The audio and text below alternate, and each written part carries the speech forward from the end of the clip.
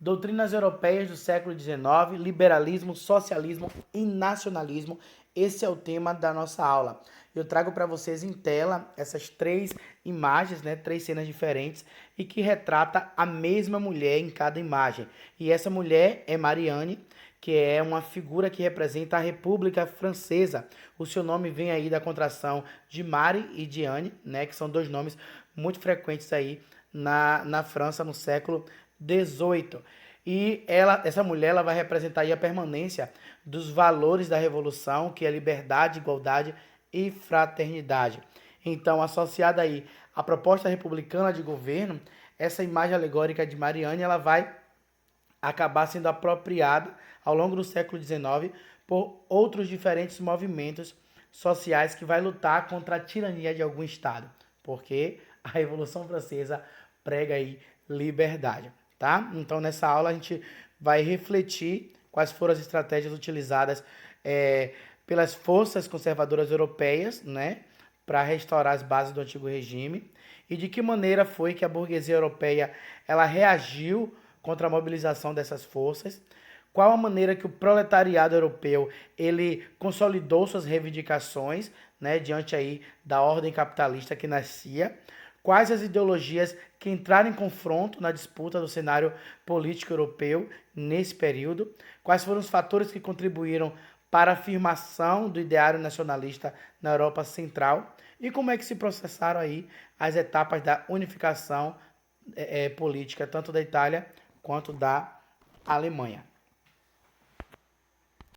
Então, ao longo do século XIX, a gente vai ver aí ecoar os propósitos da Revolução Francesa por outros atores, né? Outras sociedades que vão defender seus projetos e vão contribuir aí para o avanço da ordem capitalista. E vai surgir novas ideias que vai tanto corroborar quanto sugerir aí questionamentos, né, dessa mesma ordem.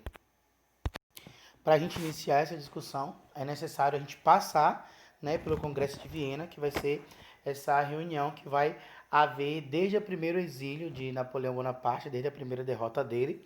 Então, vai se reunir aí em Viena, né, a capital da Áustria, os países que vão ser abalados aí pela propagação das ideias liberais de Napoleão.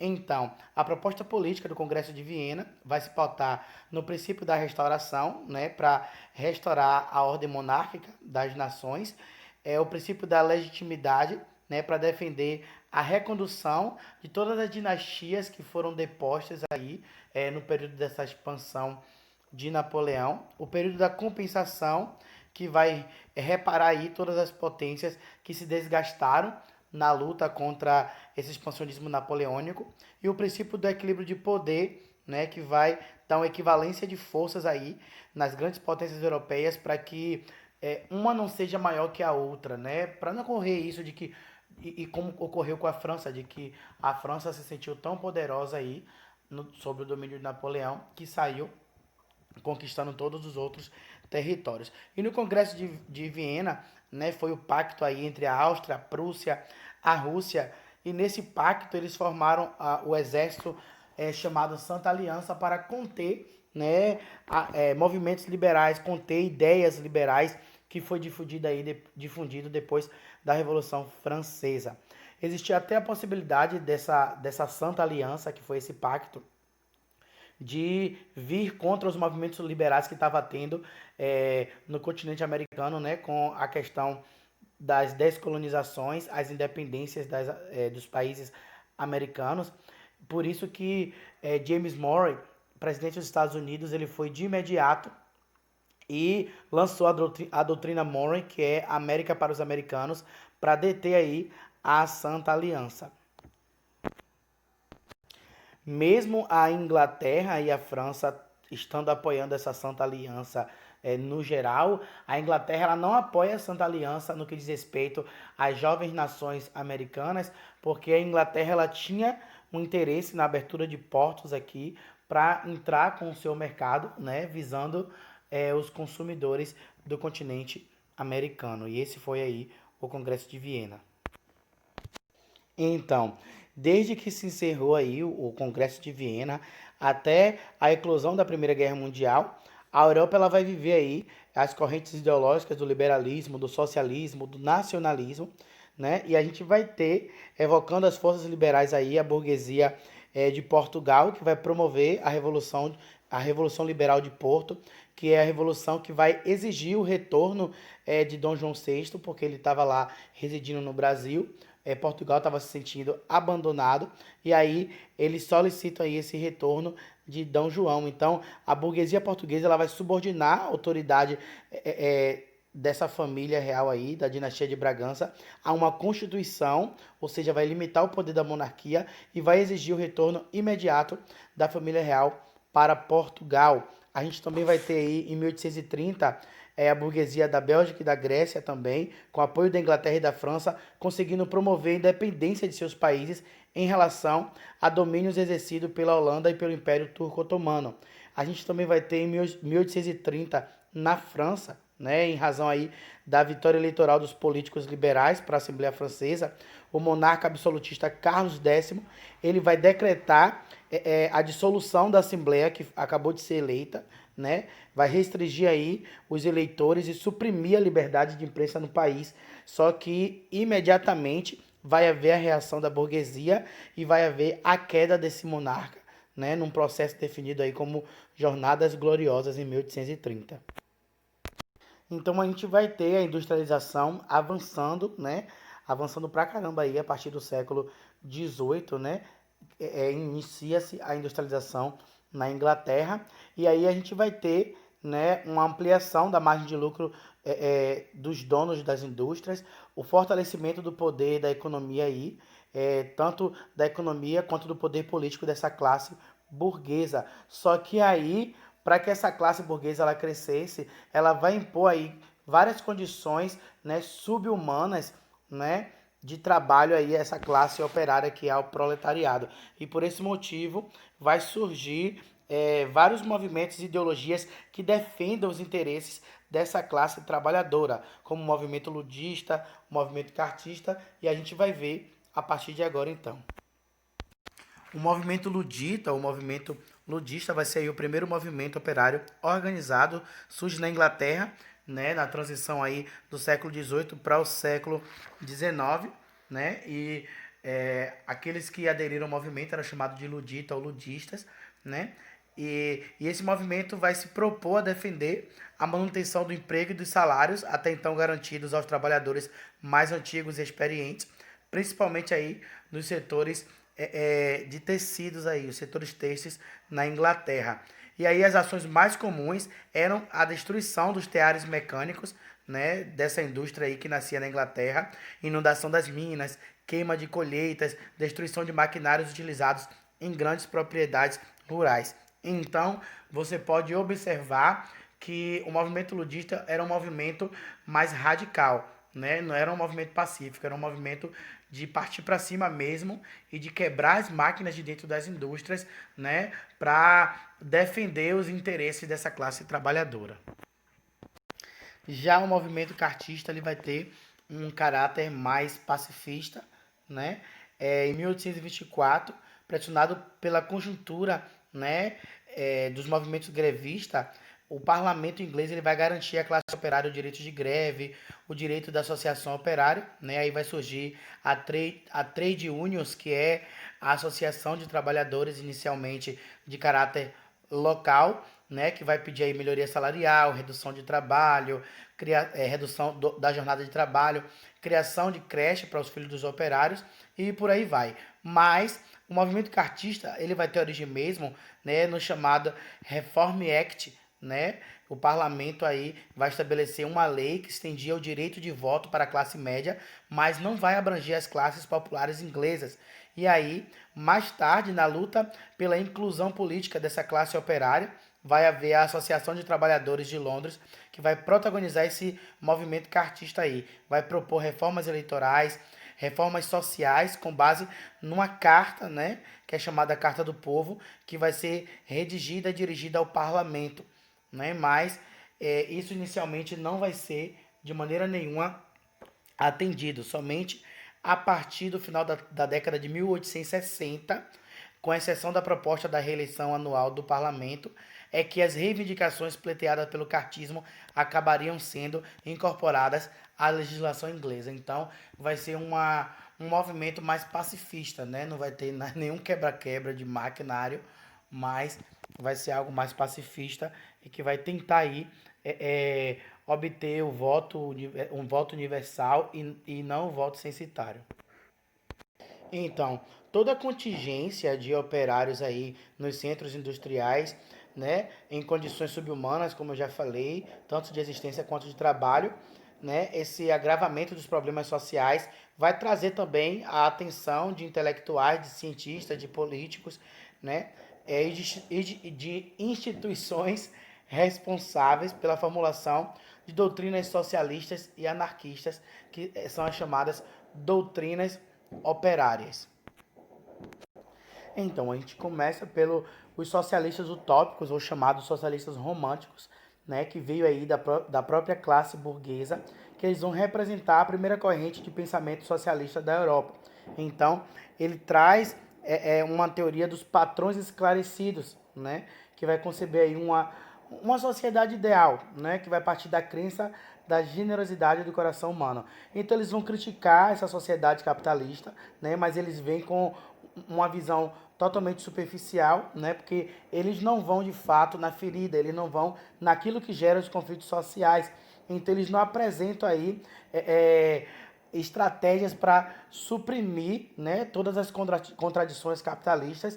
Eles só defendem uma política assistencialista, né, no qual os patrões, né, que são os detentores do capital, iam passar a favorecer a melhoria das condições de vida da classe trabalhadora. Então eles não defendiam aí a extinção, né, do modo de produção capitalista ou a transferência desse poder político para o proletariado.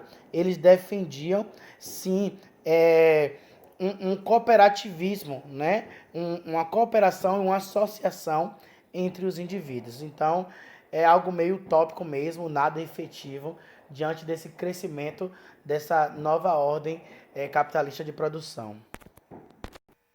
O socialismo científico ele vai ser desenvolvido pelos pensadores alemães Karl Marx e Friedrich Engels, né, com a publicação do Manifesto Comunista de 1848, onde eles vão defender a luta da classe operária contra a ordem capitalista como forma de promover aí a construção da sociedade igualitária.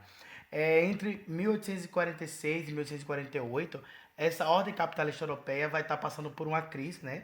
Vai estar havendo falência de empresas, desemprego nos centros urbanos e uma longa seca também vai afetar a safra, né? O desabastecimento e a emergência inflacionária no mercado europeu. Então é a partir dessa conjuntura toda que Karl Marx e Friedrich Engels vai lançar o Manifesto Comunista, né? Aí o socialismo científico vai se fundamentar na interpretação materialista da história, né? Ou seja, eles vão dizer que as condições econômicas ou materiais da existência da sociedade humana é que vai determinar as relações sociais entre os indivíduos. Então, para Karl Marx e Friedrich Engels, as condições materiais da existência da sociedade pode ser alterada por meio da luta de classe, né? O que ele traz aí, que existe desde os primórdios da civilização entre as classes dominantes e as classes dominadas. Então, a partir dessa percepção finalista desse processo histórico é que Marx e Engels eles vão perceber a luta de classe como um agente dialético, né? Como uma porta, como um canal transformador, né? Por meio da qual essa sociedade humana iria aos poucos acessando aí o estágio da riqueza igualitária. Então, dessa forma, né, a luta de classes em si vai ser um elemento intrínseco, né, ao todo o processo evolutivo da sociedade humana. Então, o materialismo dialético, né, pela ordem capitalista aí, pelas suas próprias contradições, acabaria dando origem ao chamado socialismo. Então, A luta de classe seria algo imprescindível para que houvesse a ditadura do proletariado, que é o que Karl Marx chama, né? Quando todo o proletariado ele vai se voltar contra a burguesia capitalista, né? E vai conseguir se sobrepor. Então, esse governo popular, que seria o proletariado, corresponderia a um Estado socialista que aos poucos iria chegar aí à coletivização dos meios de produção e acabar com as desigualdades sociais, né? E aos poucos ia chegar no último estágio da sociedade humana, que para ele seria o comunismo. O que foi a Primavera dos Povos? Né? A Primavera dos Povos vai ser uma expressão usada para definir aí uma conjuntura da Europa nesse período, que corresponde a esse conjunto de manifestações sociais caracterizadas pelas diversidades ideológicas propostas aí nesse período, tá? A classe burguesa, né, através do liberalismo, vai continuar lutando contra todas as determinações absolutistas do Congresso de Viena. Já em 1848 a gente vai ter, como eu já falei antes, o Manifesto Comunista, né, que vai propagar aí ideias do socialismo científico, que vai dar um protagonismo ao proletariado, né, a oportunidade dele mudar a própria realidade. Já por sua vez, a gente vai ter os reinos italianos e alemães, né, na região central da Europa aí, subordinado desde o Congresso de Viena ao Império Austríaco, vai testemunhar aí a eclosão de movimentos liberais e nacionalistas para reivindicar aí a unificação e a afirmação política aí dos povos desses próprios reinos, né?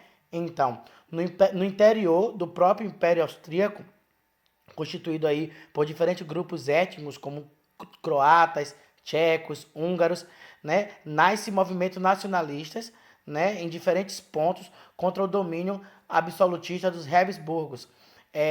Vai ter também a vanguarda de 1848, que vai destacar aí a atuação de três importantes correntes do pensamento aí que é chamada da Primavera dos Povos, que é o liberalismo em si, o socialismo marxista e o nacionalismo de diferentes reinos que estava sujeito a tutelas estrangeiras em favor de uma unificação política de seus respectivos povos. Então a gente vai ter, como eu já falei antes, essas três correntes aí, que é o liberalismo, o socialismo e o nacionalismo surgindo como a Primavera dos Povos, como algo que um novo horizonte, como algo que vai solucionar os seus problemas. E agora a gente faz um estudo de várias manifestações que houve aí no período de 1848 na França. Estava no poder Luís Felipe de Orleans desde 1830, né? Ele era um rei burguês, ele tinha o apoio da burguesia e ele já tinha aí 18 anos de mandato. Apesar de contribuir para o desenvolvimento industrial, ele não vai assegurar a melhoria das condições da classe operária, nem vai avançar na garantia das liberdades individuais, né? Mantinha a imprensa sob censura. E aí, em 1846, vai haver a crise de superprodução que vai se instalar na Europa. Então, vai haver muito desemprego, desabastecimento e vai criar uma insatisfação nos grupos de oposição. Então, na oposição, a gente vai ter os legitimistas, né, que vai ser inspirado aí no princípio da legitimidade do Congresso de Viena, querendo a restauração de Carlos X, que foi o rei absolutista derrubado em 1830. A gente também vai ter o grupo republicano, que vai estar em favor aí da queda do regime monárquico e vai querer a instalação de um Estado liberal e federativo. A gente também vai ter aí a favor da pequena burguesia e de setores de forças armadas, vai estar aí Luiz Bonaparte, né, defendendo um Estado republicano, mas com umas inclinações unitaristas, né? E setores do proletariado francês vai estar com o grupo socialista, também defendendo o Estado republicano, mas querendo aí atender os interesses populares. Então, a oposição ela vai adotar várias estratégias, né, contra o governo de Luiz Felipe e vai se definir aí, entre outras formas, fazendo campanhas através dos banquetes. Eram banquetes públicos onde todos se reuniam e ali a oposição utilizava aquele momento para difundir as suas ideias. Só que esses banquetes públicos inicialmente não era proibido, só que vai ter um primeiro-ministro que vai proibir esses banquetes. Então vai se encerrar a campanha da oposição. Só que vai deflagrar aí vários levantes populares por causa do encerramento dos banquetes e vai ter várias barricadas, né, com apoio aí da própria Guarda Nacional, e o monarca Luís Felipe vai acabar renunciando em fevereiro de 1848. Com a renúncia de Luís Felipe, né, as correntes políticas republicanas vão assumir aí o poder do Estado, vai organizar um governo, né, onde vai atender o grupo socialista, né, do proletariado aí, vai trazer vai trazer favores como sufrágio universal, redução da jornada de 14 horas para 10 horas de trabalho, liberdade de imprensa, liberdade de reunião, legalização dos sindicatos, e o índice de desemprego no país ele vai acabar diminuindo, tá? Só que as eleições para a nova Assembleia Nacional Constituinte vai haver, e a burguesia ela vai ter aí uma vitória sobre os candidatos socialistas, e aí por esse motivo a burguesia vai anular todas as conquistas do proletariado que houve aí nesse governo provisório. Então, insatisfeito com toda essa revogação das conquistas do proletariado, o proletariado vai deflagrar novas revoltas, novos levantes, novas manifestações, né, violentas até, mas todas essas manifestações vão ser violentamente reprimidas, né? Então, nessa disputa aí, pela definição dos parâmetros desse novo Estado francês, vai ter um embate, de um lado, o liberalismo burguês, e do outro, o socialismo do proletariado francês. Mas a vitória política vai ser em favor, né, do grupo burguês, do grupo dos proprietários. E aí vai haver a promulgação de uma nova Constituição republicana, né? Aí a população francesa ela vai ser convocada para eleições naquele ano, em dezembro, né? 10 de dezembro de 1848. E ano que aconteceu coisa na França. Então, Luiz Bonaparte, né, ele vai articular aí o Partido da Ordem e vai receber apoio de grupos conservadores, e ele vai conseguir se eleger presidente dessa segunda república. Só que quando chega no final do mandato, Luiz Bonaparte ele não é favorecido pela Constituição, porque a Constituição proibia o direito da reeleição. Então, antes de terminar o mandato, ele vai fazer o fechamento do Congresso, né? O fechamento do Poder Legislativo. E aí, por meio aí de um plebiscito, ele vai estender o seu poder como um cônsul, né? Vai se eleger como um cônsul aí por mais de 10 anos. Vai ficar parecendo o que Napoleão Bonaparte fez no passado. Então, Luiz Bonaparte ele vai se intitular, né, o título de Napoleão III, né, estabelecer aí um novo império, que vai ser o segundo império francês, e vai se estender até o ano de 1870. Mas, devido à guerra franco-prussiana, né, a guerra aí da França contra a Prússia, é que vai Napoleão III ele vai ser militarmente derrotado, e ele vai ser deposto do poder pelas tropas de Bismarck.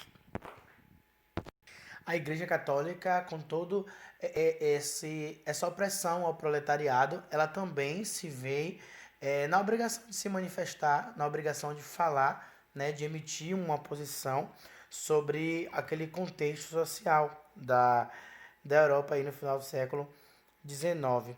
Aí, através da encíclica, né, que o Papa ele resolve fazer a encíclica Rerum Novarum, né, a Igreja ela vai afirmar que o capital e o trabalho deveria estar em cooperação um com o outro, né, e que o socialismo cristão ele vai defender aí uma maior intervenção do Estado, em que o governo ele deveria criar aí legislações trabalhistas para promover a harmonia entre tanto o interesse do capital quanto o interesse do trabalho, para que pudesse haver aí uma política salarial mais justa, a regulamentação do trabalho feminino, infantil, a redução da jornada de trabalho, reconhecimento de direito das associações operárias e dentre outros aspectos.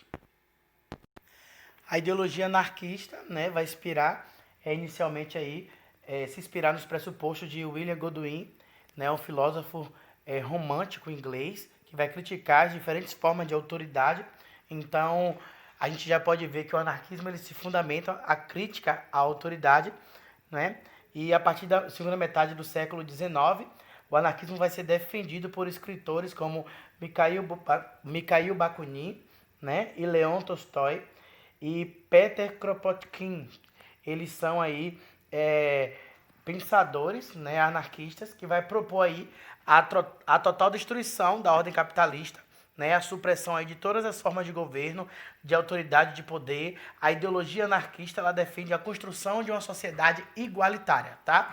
Então, ela vai ser contra ao poder do governo, ao poder do parlamento, a todo tipo de poder, de autoridade, ela vai ser contra, porque ela vai defender aí uma comunidade autogovernativa, sabe? Uma comunidade em que não precisa de um Estado. Então, para ela, tem que se dissolver o Estado. Lembra da ideia, a ideia do socialismo científico, em que aos poucos se chegaria, através do Estado social, se chegaria ao comunismo? Então, para o anarquismo, não precisava dessa questão intermediária. Tinha que se chegar logo no comunismo, sabe? Tinha que se chegar logo numa comunidade igualitária, uma comunidade que não tivesse poder da igreja, poder de parlamento, poder de patrões, poder dos partidos. Então, a única instituição que o anarquismo ela vai legitimar aí, né? Vai considerar, vai ser o sindicato, né? Que ele vai considerar um instrumento de ação revolucionária. Então, o sindicato ele vai ser considerado sim um instrumento, mas não um instrumento de poder, sabe? Um instrumento não de autoridade sobre os indivíduos, mas um instrumento que vai ajudar os indivíduos a conquistar aí essa sociedade igualitária. Então, a ideologia anarquista ela vai ser muito importante porque ela vai lutar contra os abusos de poder da ordem capitalista. Até no Brasil, ela vai também chegar a influenciar, né? E aí, o anarquismo em si vai vir com a educação libertária, né? Porque vai pregar a liberdade, é fundamentado na liberdade, é por isso que prega contra a autoridade de governo, do Estado, e vai ser a substituição das relações de autoridade pelas relações de solidariedade entre os indivíduos. Então, com toda essa onda aí, né, dessas ideias socialistas em favor do proletariado, então existiu aí o objetivo de se organizar politicamente, né, a classe operária, dentro desses novos princípios revolucionários e intelectuais. É aí que a classe operária ela vai se organizar, né, a partir da década de 1860 e vai realizar congressos internacionais. E esses encontros, né, vai ter o nome de Internacionais Operária ou Associação Internacional dos Trabalhadores, que é as chamadas AIT, né? A primeira AIT vai acontecer em Londres, tá? Vai ter vários debates, não vai conseguir chegar a uma definição, porque vai estar presente tanto seguidores socialistas de Marx, quanto anarquistas seguidores de Bakunin. Então, esses últimos vão rejeitar aí a proposta do Estado socialista. Mas é a partir dessa primeira AIT, né, em Londres, que vai eclodir aí a chamada Comuna de Paris. Então, a Comuna de Paris, a gente pode entender que ela aconteceu por causa da derrota na França, na Guerra Franco-Prussiana, né? A gente vai ter aí a queda de Napoleão III, que é Luiz Bonaparte, ele vai ser deposto, né, do governo, e aí vai começar um descontentamento popular, vai ter aí um descontentamento total da população, e vai ter uma insurreição em março de 1871, a ocupação aí da prefeitura municipal, vai haver um comitê composto de lideranças sindicalistas, intelectuais, soldados de baixa patente, vai organizar aí para governar a cidade. Isso só vai durar 2 meses, né? Porque o exército francês ele vai acabar suprimindo, com a ajuda de estrangeiros, essa Comuna de Paris aí, vai conseguir derrubar a Comuna de Paris, mas de qualquer forma, a gente vai ter 2 meses em que a Guarda Nacional vai ser substituída por destacamentos populares, vai se instituir uma autogestão nas fábricas, o congelamento dos preços de gêneros de primeira necessidade e dos aluguéis, e também se estabelecer o sufrágio universal masculino. Mas, contudo, a gente pode observar que conseguiu perdurar aí por 2 meses, já é alguma coisa, né? Já que é fruto desse primeiro encontro aí, AIT, em Londres. E só para vocês terem uma ideia, o exército francês conseguiu aí a execução de mais de 20 mil participantes do movimento. Então, foi muita gente sendo morta na Comuna de Paris. Mas a Comuna de Paris, ela vai ser importante, né? Não por aquilo também só que ela realizou, mas também por aquilo que ela anunciou, né? Vai ser mais formidável aí como símbolo do que como fato, né? Ela se torna aí um grande símbolo dessa revolução proletária aí, dessa revolução socialista. 18 anos depois da Comuna de Paris, a gente vai ter o segundo encontro, né, dessa Associação Internacional de Trabalhadores aí. Esse segundo encontro vai acontecer em Paris e vai haver uma proposta de revisionismo, né, das ideias de Karl Marx. Então, o revisionismo vai ser proposto aí por Bernstein e Kautsky, que ele vai sair em defesa de um socialismo reformista, né? Não mais revolucionário, né? Com aquela questão da ditadura do proletariado, como Karl Marx estava pregando, mas agora essa segunda internacional ele vem com a ideia de se reformar aí essa ideia socialista, né? Fazer por meio de acordo uma aliança da esquerda com os setores progressistas da burguesia, né? E, assim, através de um acordo, uma coisa pacífica. Mas essa segunda internacional aí, esse segundo encontro, vai conseguir instituir o 1º de maio como Dia Internacional da Luta Operária, né? E vai defender aí também a proposta da greve geral e a redução da jornada de trabalho para 8 horas, né? 8 horas de trabalho por dia. Só que vai haver a Primeira Guerra Mundial, né? Então, como eclode a Primeira Guerra Mundial, automaticamente esse encontro ele vai acabar sendo finalizado. Então ele vai durar de 1889 a 1914, que é quando começa a Primeira Guerra Mundial. A terceira AIT, né, a instituição aí da Terceira Internacional, ela vai ser conhecida também como Internacional Comunista, porque ela vai ser fruto da vitória dos bolcheviques aí em outubro de 1917 na Revolução Russa. E em 1918 vai vir aí Lenin defendendo a criação de partidos comunistas nacionais que pudessem promover a ação revolucionária socialista em escala global.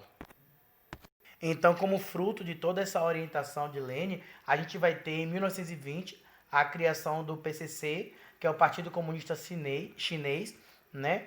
A gente vai ter também, primeiro, o PCB, que é o Partido Comunista do Brasil, vai ser fundado por Astorgildo Pereira em 1922. Mais tarde, em 1962, vai ser chamado de Partido Comunista Brasileiro, que é o PCB, e depois a gente vai ter uma dissidência e de novo a gente vai ter o PCdoB, que vai ser o Partido Comunista do Brasil. Então tudo isso foi fruto dessa terceira AIT. A quarta AIT, né, que é a quarta internacional, ela vai ser organizada por Trotsky, né, no México. A gente tem que lembrar aí do contexto da Revolução Russa, em que Lenin morre e Stalin e Trotsky vão brigar pelo poder.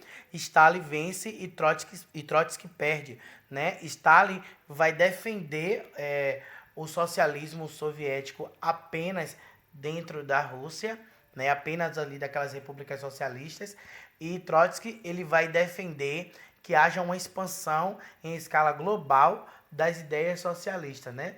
Só que Trotsky ele perde aí nessa briga contra Stalin, e aí ele acaba por ser exilado. Então ele vai estar no México pregando as ideias socialistas aí. Ele vai criticar toda a burocracia que há em torno do regime soviético, né, e vai defender o princípio da revolução permanente. Vai ter vários problemas internamente aí dentro dessa quarta internacional, que vai durar 10 anos, né, esses problemas, mas em 1963 esse comitê internacional e o secretariado internacional vão se reunificar, né, mas não vai ter a presença da Liga Socialista Operária, que é representante do movimento inglês, e da Organização Comunista Internacionalista, representante do movimento francês. Então a gente vai ter aí várias instituições, né, da Europa presentes dentro dessa quarta internacional, né? E a gente pode ver que na atualidade, apesar de ter acabado a União Soviética em 1991, a Internacional Socialista conta com membros da América Latina e alguns países do continente africano também. E seu atual secretário vai ser o chileno Luiz Ayala. E agora a gente fala do sentimento nacionalista que perpassou, né, aí na Europa, no contexto europeu, no século XIX. E a gente vai ter esses movimentos nacionalistas que vão expressar aí esse sentimento de reação a esse domínio estrangeiro, né?